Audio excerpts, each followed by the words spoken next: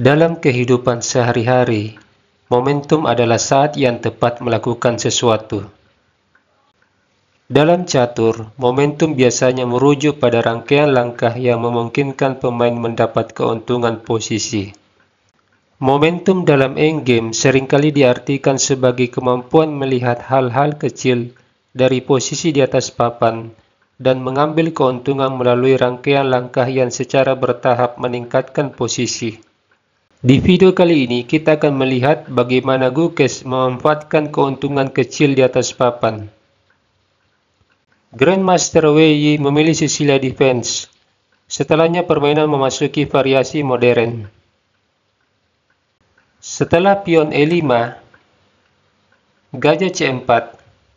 Di awal pembukaan, Gukes menggerakkan gajah 2 kali. Gukes mengambil inisiatif menekan pion F7. Hitam melangkah gajah E7, pion D3, kuda C6, gajah G5. Dari langkah ini kita bisa melihat rencana Gukes selanjutnya, menghilangkan kuda demi mengontrol petak sentrum di D5, rokade, gajah ditukar dengan kuda. Dengan hilangnya kuda, maka putih memiliki kontrol kuat di sentrum. Namun, di sisi lain putih telah menyerahkan gajah gelap. Salah satu alasan yang mungkin menjadi pertimbangan bagi Gukes menukar gajah dan kuda adalah gajah gelap hitam tertutup diagonalnya oleh pion E5. Dan hitam memiliki rangkaian pion di petak gelap. Permainan lanjut dengan kuda D5, mengontrol beberapa petak di wilayah hitam, gajah E6,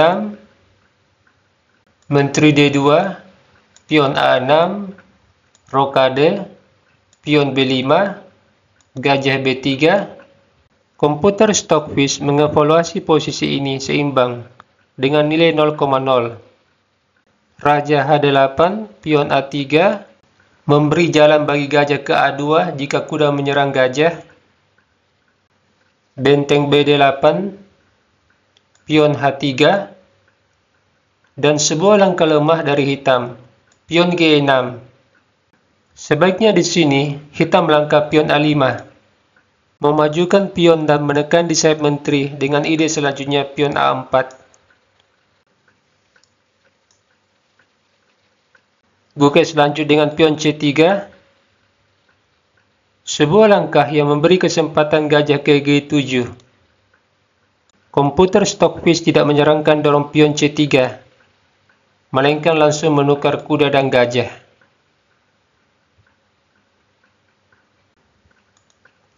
Setelah hitam gajah G7, gajah A2, pion F5, hitam bermaksud membuka blokade pion E5, dan membuka jalan bagi gajah mengontrol main diagonal. Gukes lalu menyerang gajah dengan kuda. Gajah mundur. Di sini Stockfish memberi keunggulan bagi hitam. Nilainya sangat tipis, 0,32.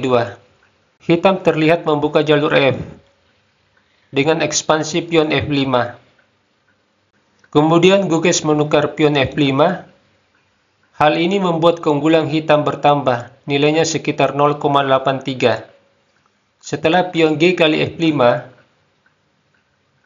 kedua pion hitam nampak agresif, dan dia memiliki sepasang gajah,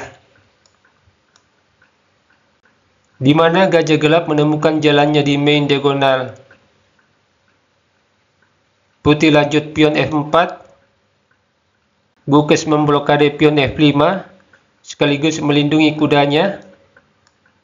Pada posisi ini, Grandmaster Wei Yi melangkah pion C4, mengorbankan pion demi membuka jalur bagi benteng. Namun sebelum lanjut, di sini kita bisa melihat rekomendasi dari Stockfish. Stockfish merekomendasikan pion usir kuda, sebuah langkah yang memaksa kuda mundur. Di sini terlihat kuda putih masih mengontrol petak E7 dan petak F6. Jelas menghalangi pergerakan menteri dan gajah. Hitam terlebih dahulu menghilangkan kuda, gajah kali kuda, kuda terancam oleh gajah, dan kuda balik menyerang gajah. Apabila gajah ke E6, di sini hitam mengambil kesempatan menyerang gajah dengan benteng. Gajah B3, hitam bisa ekspansi pion sambil menyerang kuda. Pertukaran pion, kuda H4, pion D5, pion hitam nampak agresif, di mana keberadaan pion D5 didukung oleh menteri dan kuda. Posisi yang sangat bagus bagi hitam. Oke, kita kembali ke permainan yang sebenarnya. Setelah Wei Yi melangkah pion C4, Gukes mengambil pion B kali C, gajah kali pion. Seperti yang terlihat, hitam memiliki dua pion di sentrum.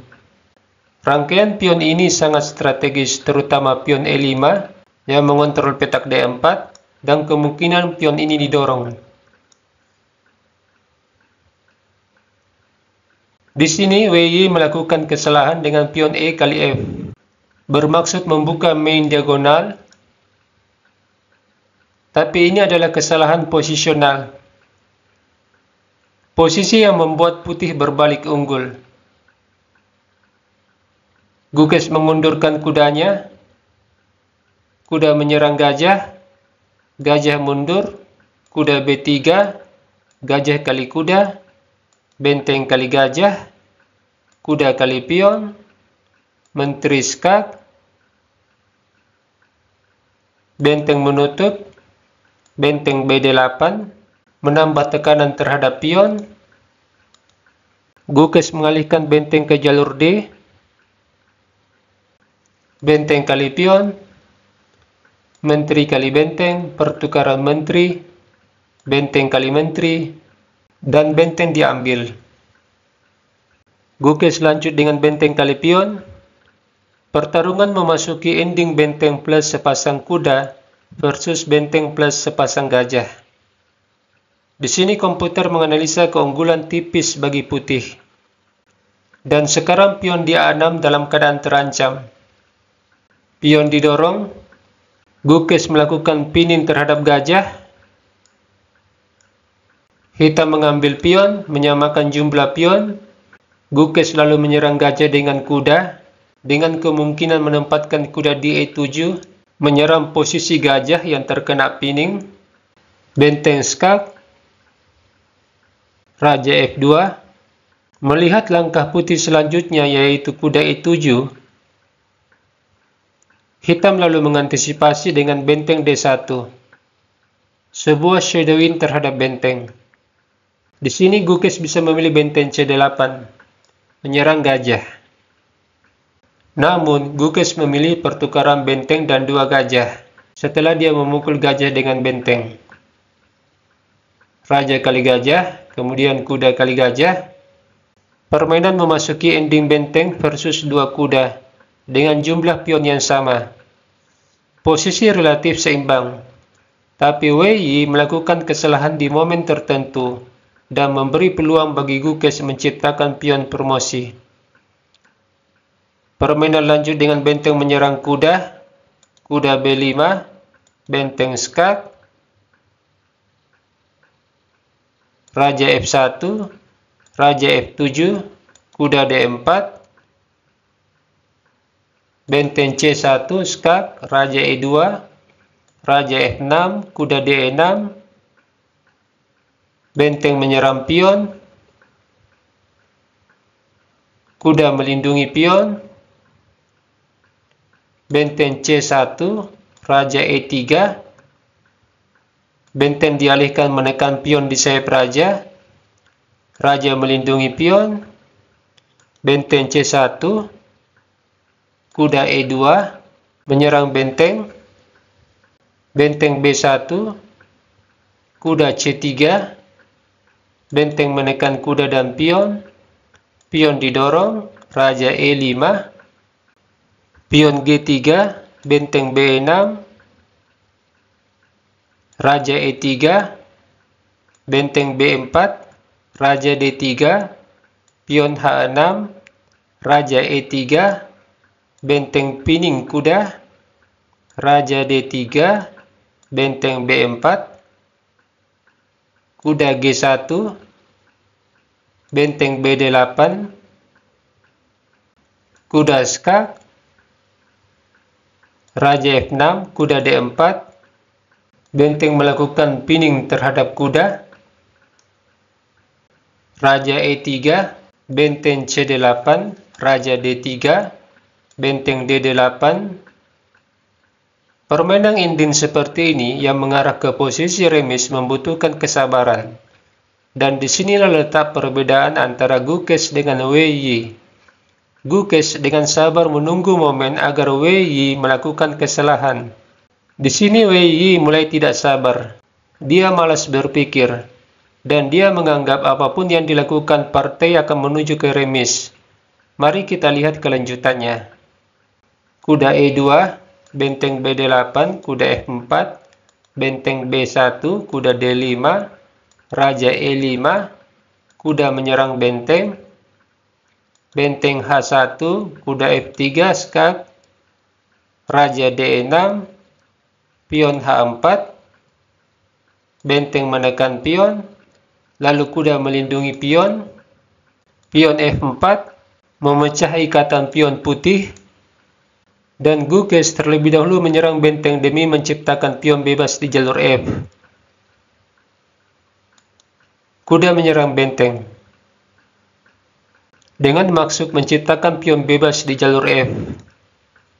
Setelah benteng H1, pion G kali F, putih memiliki pion bebas.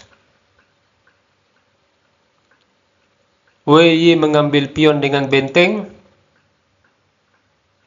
Kuda menyerang benteng. Benteng H1.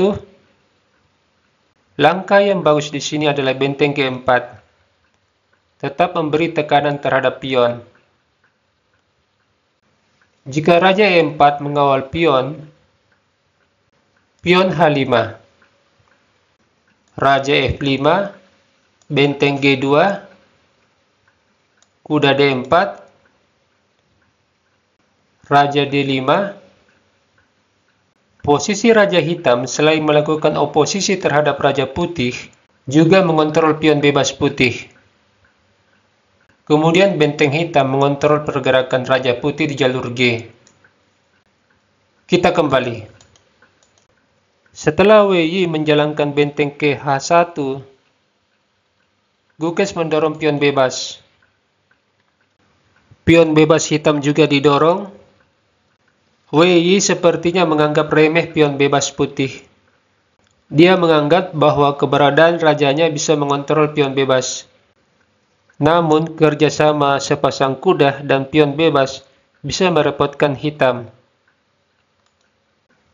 Gukes selalu melangkah kuda C3, pion H4, kuda skak, dan mengontrol petak F6, Raja D7, kuda E5, Raja DD8, pion F6, pion H3. Sebuah kesalahan dari Wei Yi. Di sini seharusnya dia melakukan skak. Dan di langkah selanjutnya, putih bisa saja dorong pion bebas. Jika Raja C4, pion H3, pion F7, putih kembali melakukan skak, Raja D3, Raja E7, kuda G5, dengan ancaman kuda skak di G6, dan mengontrol petak promosi. Pergerakan kuda ini juga menyerang pion bebas hitam. Pada posisi ini, kita bisa memajukan pion ke H2. Jika kuda melakukan skak, Raja D7, pion promosi jadi menteri, hitam juga promosi. Meskipun putih mendapat giliran tempo melakukan skak, namun hitam memiliki benteng dan menteri. Jika kuda E5 skak, raja C7. Kuda E6 kembali skak, raja B7, menteri E7, raja A8, menteri skak, raja B7, menteri D7, raja A8, posisi seimbang, di mana apabila putih berhenti melakukan skak, hitam mendapat giliran melakukan skak. Oke, kita kembali. Setelah pion H3 didorong oleh WY, Gukes mendorong pion ke baris ke-7. Tinggal satu langkah menuju petak promosi. Benteng F1, kuda G5, menyerang pion bebas, dan mengontrol pion di petak F7. Pion didorong, tinggal satu langkah juga menuju petak promosi. Kuda F3, menutup aktivitas benteng mengontrol pion bebas. Dan kuda ini juga menyerang pion. Pada posisi ini, jika hitam melakukan promosi jadi menteri, putih juga promosi jadi menteri, skak. Raja C7, menteri E7 kembali melakukan skak. Apabila raja ke B8, kuda skak. Raja CD8, menteri skak, raja B7, kuda kali pion skak, raja A6, menteri A8 skak,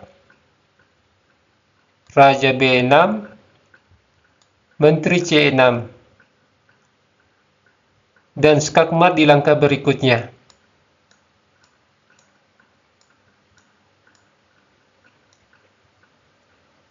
Dan apabila di posisi ini raja ke B6,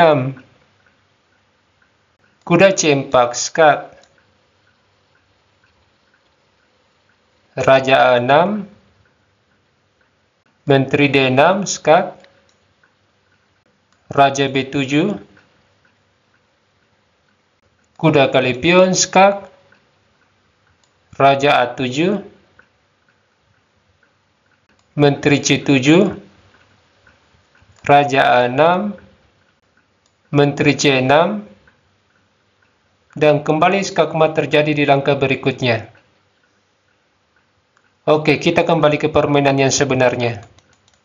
Di posisi ini, WY melakukan kesalahan dengan raja E7.